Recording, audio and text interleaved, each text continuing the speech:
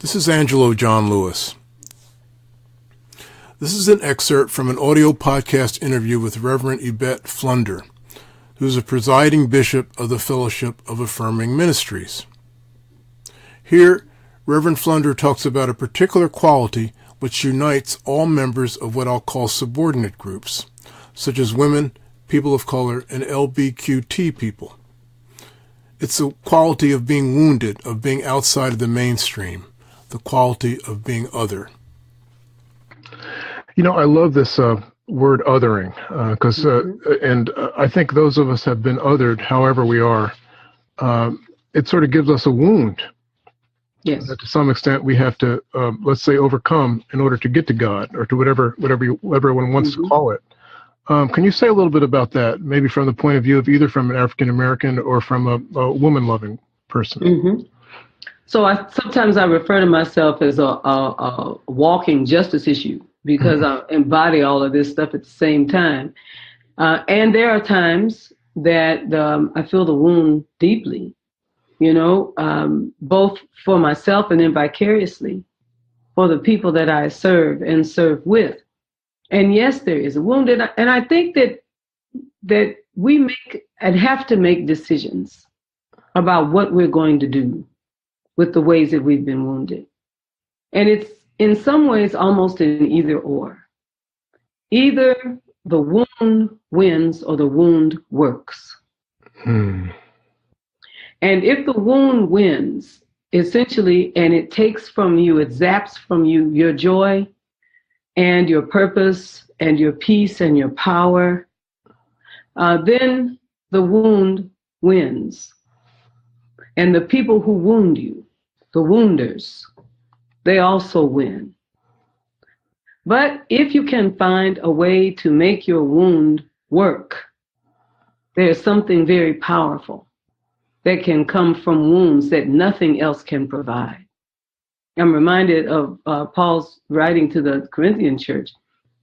And when he says to them, because of the abundance of my revelations that was given to me, and I kind of like the way the King James is on this. He says, it was given to me a messenger of Satan to buffet me, lest I think more highly of myself than I ought. That's what he said. And on 3 occasions, he says, I asked God to remove this thing from me.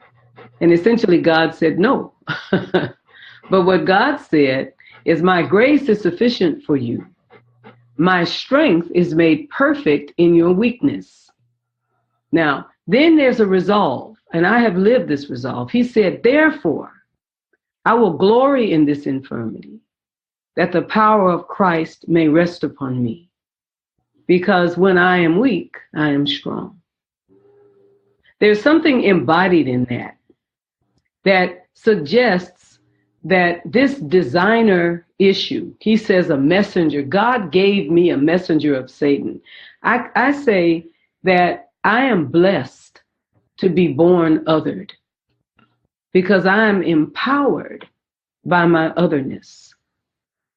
I am empowered, first of all, to empathize with other people who are other, perhaps othering than mine, but other nonetheless. And sympathize is not as powerful as empathize. I am blessed to empathize. The other thing that I think is a part of being other is that I realize it is out of those wounds that I am the most authentic. I realize that it is out of those wounds that the healer actually rises up. My fire as a justice warrior comes from my othering. And before I'll be a slave, my ancestors said, I'll be buried in my grave and go home to my God and be free. There was something about the fire that comes from being othered when you know that you are in relationship with the divine, regardless to what anybody said. Was it Thurman? Howard Thurman was talking about his grandmother, as I recall, and said something along these lines, that the slaveholder said to her, but the Bible says slaves obey your masters. She said, no, it don't. He said, yes, it does, you old fool. The Bible says slaves obey your masters. She said, not mine. He said, what do you mean? She said, I tore that page out of my Bible. I understand this entirely, right? So I think that people who are other look for a path to God beyond what other people have said that God has said. All liberation theology, whether it's Latin American liberation theology, feminist, womanist liberation theology, eco-justice liberation theology, LGBT liberation theology, is born at the flashpoint where people who have been othered find their way to God. There's something so powerful that comes with being othered. Yes. Yeah, so one can experience it as a wound or as a blessing. Yes, indeed. And a wound that blesses. Yes.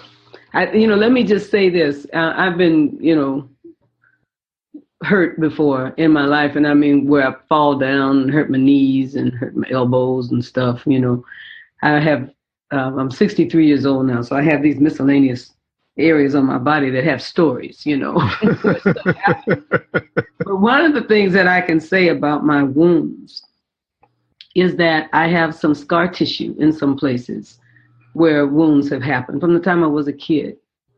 And scar tissue is not as pretty as the part of me that wasn't wounded. But one thing about scar tissue is that it's stronger. Where the wounds exist, we have the potential to be stronger than we were before we were wounded. Yes. That's beautifully said.